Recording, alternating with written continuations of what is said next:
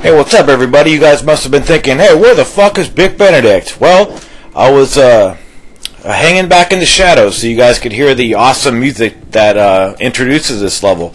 This game has an excellent soundtrack, so some really good samples of music. So there's another cool soundtrack in the next stage, too. So this is the path to Zarkhan, and I think it's just about 20 minutes, so very brief. What I'm getting hit by is those flying drones in the air. There's nothing up there except those two flying drones. So what's happening here is that we don't have the oxygen cylinder yet, so we can't breathe indefinitely. So when we get hit with these spikes, it takes away not your health, but the air supply. And then once the air supply is depleted, it starts taking away your health. So I really just kind of charge through the spikes, not really caring too much if I get hit.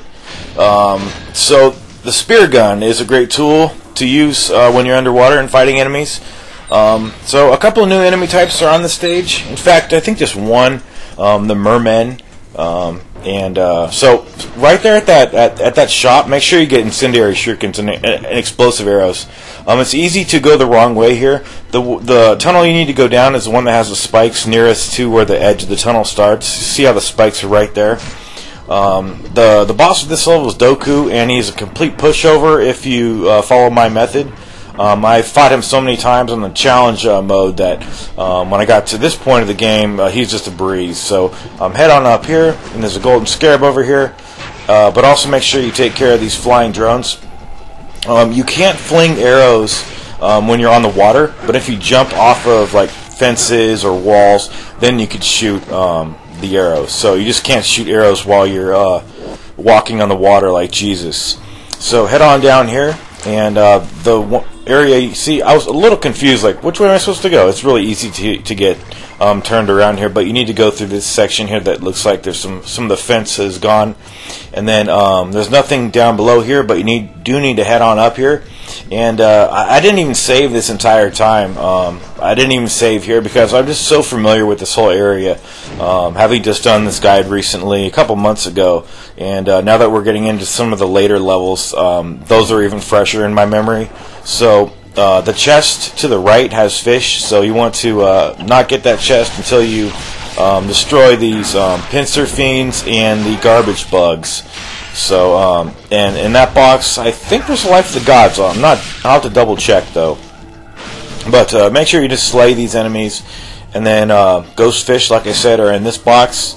Not a problem with this nice square attack of the Dragon's Claw and Tiger's Fang. So let's see what's actually in this box. My mind thinks it's life of the god. Yeah, it is life of the gods. So head on down here and save it if you want to. The thing about this level is you don't want to get too many talismans of rebirth. So if you come to this stage with 2 talismans of the rebirth, you're not in a good position. So because there is a talisman of rebirth, so you want to not waste your money buying another talisman of rebirth. Just make sure you have one, because we're going to be able to pick up another one. So that happened before, but I made sure it didn't happen here. So here are the mermen. So you see how they're just kind of hovering around, and they're very mobile and fast. This jumping and blind firing usually takes care of these guys. Sometimes he'll aim at the fish, and the fish, incidentally, can be killed by the spear gun. You can also like melee them underwater with the triangle button, but it's a little more risky that way. But mostly I think the best tools to use on the mermen are the exploding arrows and the incendiary shurikens. So I'm kind of saving up my incendiary shurikens by using the exploding arrows. Yeah, this is kind of like a water level, I guess you'd call it. But you know, you don't swim underwater the entire time, but you do a lot of swimming. That guy almost got me, actually, so I was kind of lucky. So in that area, I was just trying to clear that merman. I think there are 2 of them, maybe. When you get over here, you're going to get a cutscene. You're going to see these drones flying in the air, and that little crack in the hull of this ship. I guess we didn't see those drones, but we sure felt that missile that they just shot at us, didn't we? So again, you can't shoot while you're on the water, so I like to just get onto this ship. And see, I'm going to jump off this wall, off these walls over here, and that's how I'm going to shoot. Jumped off the fence, got in around there. So when you take care of those two guys, you want to go over here and turn this crank. It actually turns it for you in a little cutscene. But it's going to show us that there is a little mysterious area in this ship. So just head on down into the water, and we're going to pick up the oxygen tank.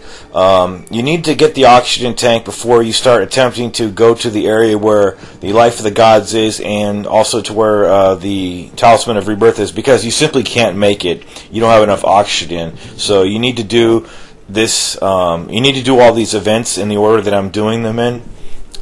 So you need to grab that oxygen cylinder, and then head on up here. And then there is a Golden Scarab over to the right, and I would guess another Life of the Gods in this treasure box. Let's see what we get. And incidentally, there's nothing. If you just go up, there's absolutely nothing. Oh, excuse me, it's the Key of Triton. That was completely my bad. I apologize for that. I thought it was a Life of the Gods. So I also forgot that door was locked, where I was standing and throwing arrows at those mermen. So now I'm en route to getting the Talisman of Rebirth and the Life of the Gods.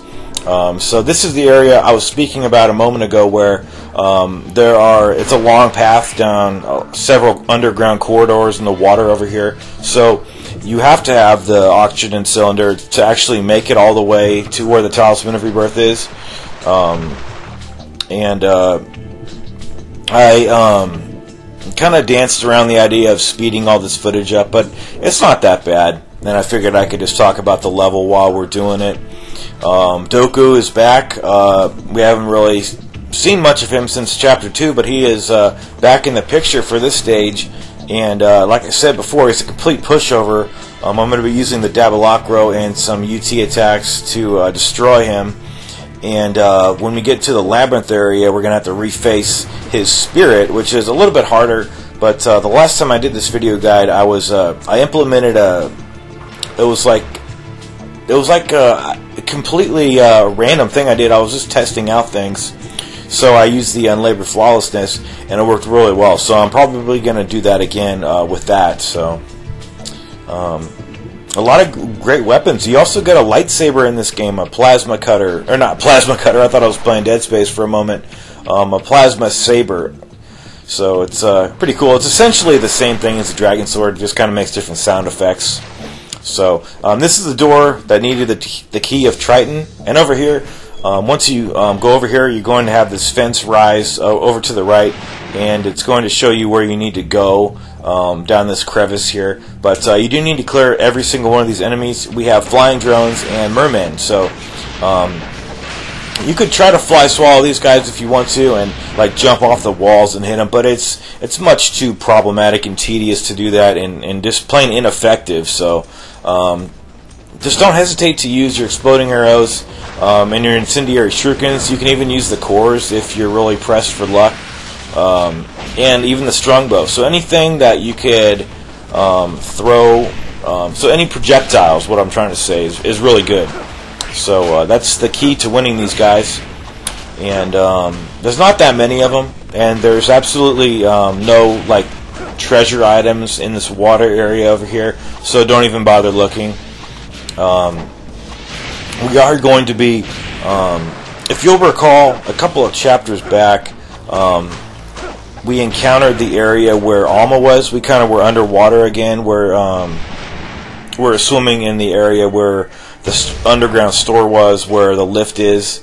So we're actually going to be going back to that area and picking up a Golden Scarab along the way. So this is they actually show you the right way to go. Actually, you just go down here into this black area, and you get a cutscene, and then there's actually one fork in the road. But if you want to go all the way, so this is actually the area from an earlier chapter.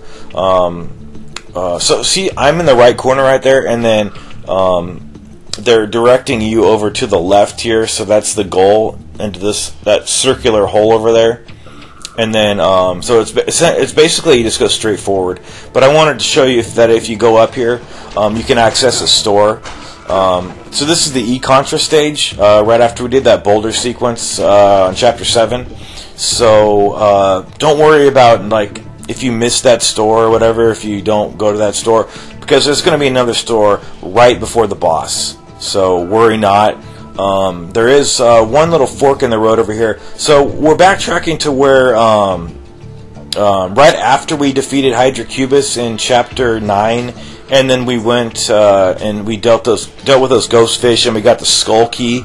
That's where we're going. So you want to take a right here, not a left, and then this is the area right where the fish were, and I think it's called the Chamber of Eternal Sleep.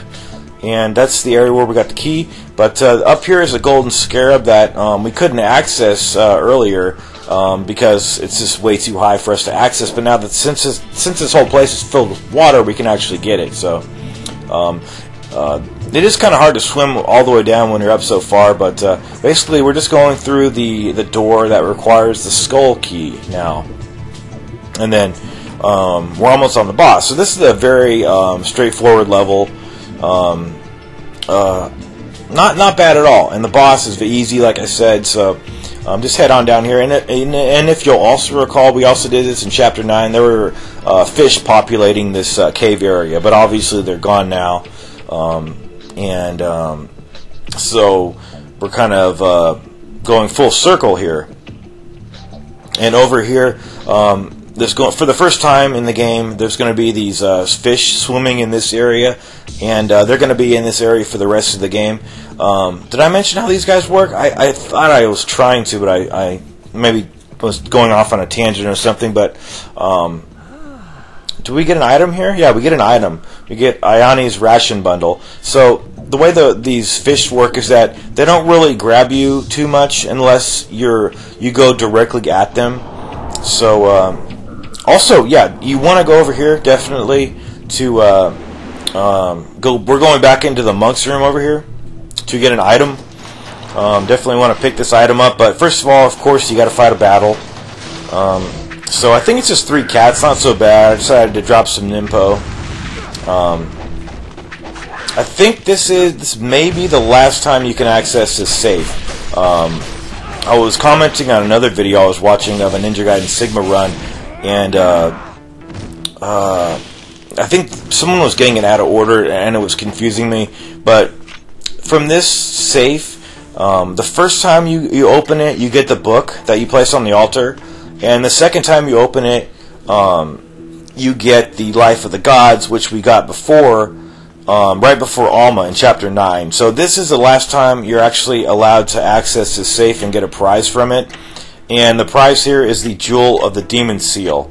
So if you do try to access the safe again, you won't be prompted with any like password combination rotations. And you see right here, no, my bad. But if you do ever come back to this area and try to read the journal, it'll just say that the contents of this safe are as valuable as a dog turd or something, meaning that there's obviously nothing in the safe anymore. So in the safe, just to paraphrase, you get the book the first time, the second time you get the Life of the Gods, and then that final time we got the Jewel of the Demon Seal. So now you want to head on back here, and don't worry about stocking up on items for Doku.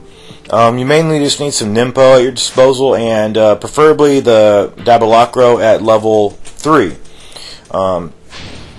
Doku is extremely easy. He's tough if you do him in the normal way with just melee attacks, but I'm going to be doing UTs. He does have flame ninjas as lackeys, but they're not always there. They come. It's the same thing as normal. You take X amount of his health away, and then some more lackeys pop in. So you should be extremely used to that boss conceit by now. So head on over to this save, and then there's actually a really nice scene with Rachel, which I left in, and her tits are just out of control. So I always leave those in.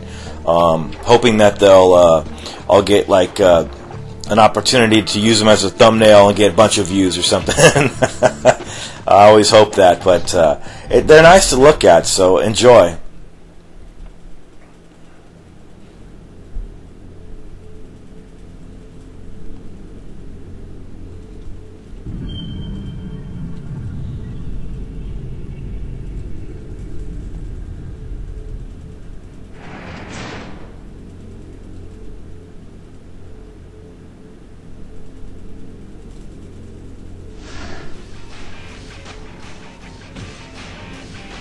Those tits are awesome. They're really awesome. They have the wiggle physics from the Dead or Alive game, since this is Team Ninja. So this is an epic battle, but it's kind of anticlimactic since it's so easy. But I'm just making it easy, just in case a lot of people are struggling. So right off the bat, you want to take care of those flame ninjas, and all we're doing is chaining essence attacks. And also, by the way, I have the Armlet of the Sun equipped to deal more damage to this guy. So when he does that purple splash, you just want to hop over it at the last second and then do a red UT. And then when these red ninjas pop in, just use Nimpo, and then chain essence to dispatch them. And then when they're slain, use their essence to defeat Doku. It's pretty easy. And I can't believe I got away without getting hit there. Or also an alternative is to have the Armlet of Celerity equipped, so you can guarantee more that you'll get the red UT. Because sometimes when you jump over that purple splash that he does, it's hard to get off a red UT. So mainly all we're doing is I got close to him a couple times just to I don't know, to make it more entertaining. But for the most part, all I'm looking for is this move right there, and I'm going to charge, try to get a red UT, but I got a blue UT, which, see how much damage it takes away? It's a really good amount. And so just look for the essence that's nearby him that you could use to quickly charge and just do massive damage with the red UT on this guy. So not much at all here. This is a really good strategy that I really was forced into developing when I was on the mission modes, and this guy was one of the bosses. So here's the fourth set of lackeys here. I'm just going to take them out. And this is the arena where the 120 Nightmare Challenge is, and I can tell you right now, there's no way in hell I'm doing that challenge. It's insane. And all you get is a spirit of the you get what's it called? You get the ability to have another key slot, whatever that magic is. So, but the next chapter is the Rachel stage, the ancient twin deities. Where is the dark dragon? It is in the hands of the Holy Vigor Emperor, your true master. You see, young Ryu, you are not so different from us. Those of the dragon lineage like yourself draw their blood from the same ancient deities as the fiends. You, most of all, should know that your true place is at the Emperor's side. My hatred will not be so easily defeated. I will bring about the awakening.